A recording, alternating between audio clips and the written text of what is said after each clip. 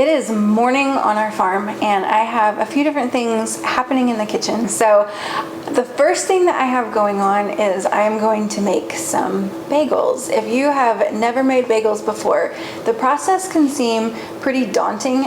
At least it was for me. It might not be for you, but for me, it definitely seemed really, really difficult. But after I made them once, I realized that it genuinely is not that big of a deal. It's pretty simple. It's a few different steps, but each step is really easy to do. And so I am going to show you my process on how I make them. And I'm actually going to make a couple of different kinds. So we have a pretty big family. We have 4 kids, and then Bert and I, and because we have so many people in our family, there are definitely a ton of different tastes. So I'm going to make 3 different kinds of bagels, so I'll show you all of the varieties. Okay, so we are going to start out with 1.5 cups of water, just the hottest that we can get it from the tap. And then we are going to add a tablespoon of salt and 3 tablespoons of sugar. Okay, so we have that mostly dissolved, and now we are going to get started on our flour. So I'm going to add 4 cups of all-purpose flour in my stand mixer, and then I'm going to add my yeast directly to that. So I'm going to add a tablespoon of yeast, and then I'm just going to give that just a super quick mix. And then I'm going to take my water, sugar, salt mixture and add that in. Then we're going to turn our mixer on low to start out with, just so everything doesn't slosh up, and then mix it for about 6 minutes so that that dough can get really well kneaded. All right, we got it all kneaded up, and now we are going to let this dough just rest. So we actually aren't going to let the dough rise right now. We just want it to rest, just to kind of let that gluten relax a little bit before we try to form these into bagels. So I'm just going to cover them and set them aside and let them rest for about 20 minutes, and then we will move on to the next thing that we have to do with them. While I am waiting on my dough to rest, I'm going to work on a couple of other things in my kitchen. I'm just going to do some cleanup, and I just cannot express enough how much just cleaning while you go is so helpful. I really like when things are pretty in my kitchen. It makes such a difference, and I think cleaning as I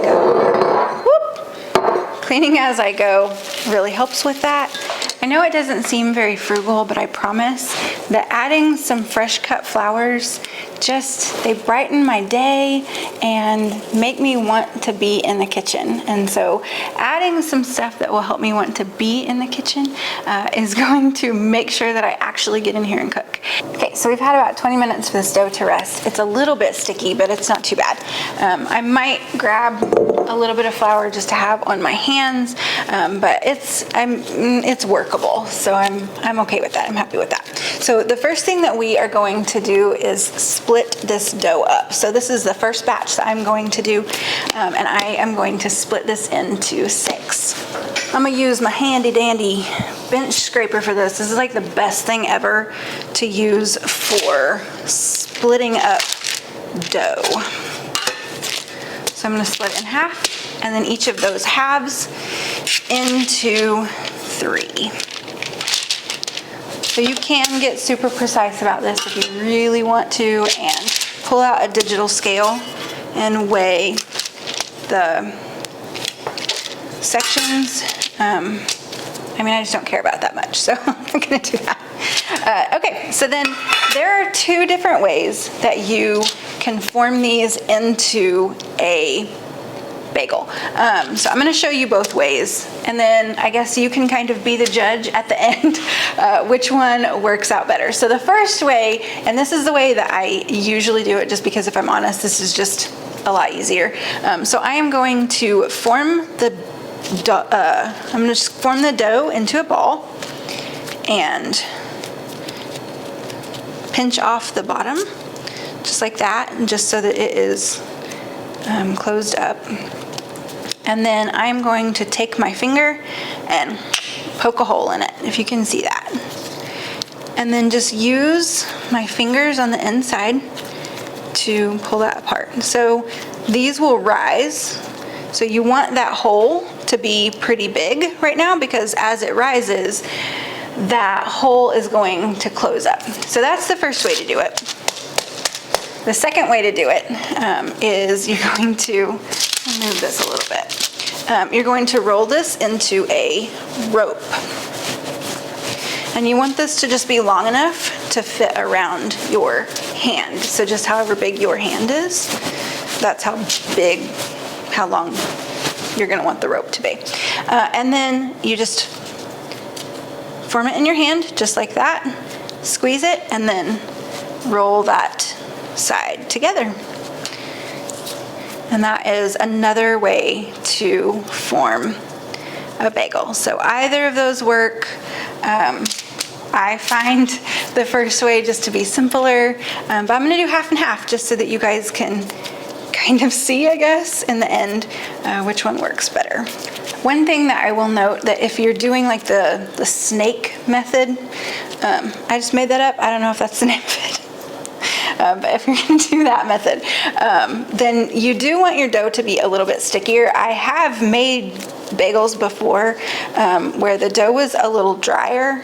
That just happens. If you're making bread, some days it kind of just depends on the weather, it depends on the humidity in the air. If you do notice that you have a pretty dry dough, when you put the sides together, if you will just put a little dab of water just right there, that will help it to come together a little bit more. This is why I don't like this. My hand is small, and getting it to roll, I think, just takes practice. And so I just do it the other way. But if the dough is too dry, then while you are doing the next step, that part can come apart. And that's, not good. Then you just have an oddly formed bagel. It still tastes fine, but it isn't as pretty. And even though my husband wholeheartedly disagrees with this, I'm about to get on a soapbox here. My husband wholeheartedly disagrees with this, but I really do say that our eyes eat first. And so I really like my food to be pretty. He doesn't care about it at all. So he'll eat the misshapen bagels all day long. He has no problem with it, but yeah, I just don't like it. So that's our bagels all formed. And then from here, you're going to want to let your bagels rise. So I am going to share with you one of my very favorite bread baking hacks.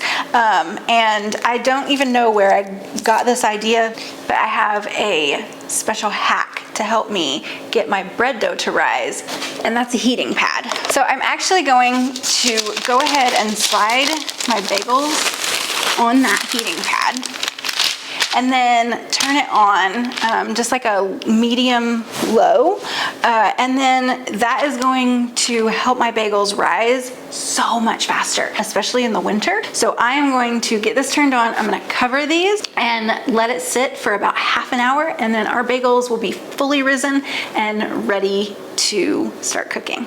So one thing about bagels is that you are going to bake them at a really high temperature. So I have my oven preheating, and I have it preheating for 450. So that's pretty hot to be baking bread at. So while I have my bagels rising, I'm going to take advantage of that really hot oven. And I have really worn down my chicken my bone broth stock in my pantry. And so I am needing to make some more. I picked up this bag of chicken leg quarters, and I am going to just take them out of the bag, put them directly on a baking sheet. We're not going to eat this meat, so I don't really need for it to, it's sticking together real bad. It's frozen, which is fine, but I don't need this chicken to cook all the way through, but I do want it to get nice and brown, because that is what helps that chicken stock taste really good. So normally I would not cook chicken in the oven at 450, but because I am using it to make chicken stock and I just want to get it browned, I don't really care if the inside gets cooked, because that will get cooked in the Instant Pot during the 4 hours that I have going for the bone broth to be making. All right, my dough is almost finished rising, so I am going to get started on the next steps that I have. So the first thing that I did was, I have a pretty deep skillet here that I put a bunch of water into. You want a couple of inches of water, no matter what kind of pan that you use. You want a good couple of inches of water in it. And I just have my heat on really high because I want this to come up to a full rolling boil. So while I have my water coming up to a boil, I am going to get started on my toppings. So I'm gonna make a plain bagel, a cinnamon crunch bagel, and an Asiago cheese bagel. So for the cinnamon crunch bagel, I just have about a cup of brown sugar and about a tablespoon of cinnamon, and I have those mixed together and ready to go in a bowl. And then I'm going to do Asiago bagels. So I have just a block of Asiago. I picked this up at Aldi. These are pretty inexpensive, but they add a ton of flavor. And Asiago bagels are my favorite, and so I want to make sure and have those. So I'm going to grate this up just with my lemon zester microplane thing. Water has come up to a full rolling boil, so I am going to add 1/3 cup of sugar to it. So that sugar is going to dissolve, and when you boil your bagels in that sugar water, what happens is that sugar water is going to make the outside of your bagels really chewy, because we're going to boil our bagels, but then we're going to bake them in that super hot oven. So having that sugar on the outside is going to be what caramelizes and gets brown and chewy on the outside of our bagels, and is going to give them that very distinctive bagel texture. So now that I have my water boiling and that sugar water is in there, I'm gonna get started on boiling them. So with my size of skillet, I can boil 3 at a time, but if you're using a smaller pot, you might need to do less at a time. So they've all risen and they look great, and I'm going to just stick them in my boiling water with what I have as the top of the bagel down first. So if your water isn't hot enough, what can happen is your bagels can sink, and then they can stick to the bottom of your pan. And it really, I mean, it's okay. You can still eat them, obviously, but it's kind of like a cracked cheesecake. So you can eat them, but they're not as pretty. So we are going to let these boil now for about 2 minutes on each side. And then I have a paper towel just set down next to my pan, because we are going to take these from the water and just kind of drain off a little bit of that water. And then if you are doing some kind of a seasoning, you are just going to take it and drain it just on your paper towel, and then put it in whatever you are wanting to do. So I'm gonna do my Asiago ones first. So I'm just gonna drop it down in there, and these are so hot. And that water on the outside is gonna make that cheese stick to it. And then to do the brown sugar cinnamon or the cinnamon crunch is just the same thing. So we have all of our bagels all finished and ready to go, and I'm going to stick these in the oven at 450 for just about 8 minutes. When the plain ones kind of start to get a little bit golden brown, they will be done. So that first round of chicken is finished cooking. It's not really finished cooking, so it's not cooked all the way through. I would not eat this chicken. You absolutely would get sick. But I did get some brown bits on there, and that's what I want. So I am going to put my chicken in my Instant Pot, and I am going to add just some salt and pepper and some carrots because I have them. And I'm going to add in some apple cider vinegar. That's going to help break those bones down and just give you a really good healthy bone broth. So I'm going to fill my Instant Pot up with water to the max fill line, and then I'm going to turn it on for 4 hours on high pressure. As our bagels, they're finished, and ooh, they smell so good. you want to immediately take those off the baking sheet. The bottoms look great. And we have our Asiago, cinnamon crunch, and the plain ones. So this is the one that we rolled around our hands. It's super hot. And you can kind of see that shape in there. You can see where it's been rolled. And then this one just looks like a store-bought bagel to me. So that is how I make bagels. You can store them at room temperature just in the pantry, but only for a couple of days. If you want them to last longer, you can freeze them and pull them out and throw them in the oven or toaster to warm them back up, or you can store them in the refrigerator. That works really well too. But at room temperature, you can also store them like that, but only for a couple of days. So that is our bagels. I am going to finish making our chicken stock and get that canned later today, but this is the main thing that I was really wanting to get finished today. So thank you guys so much for watching, and I will see you guys next time.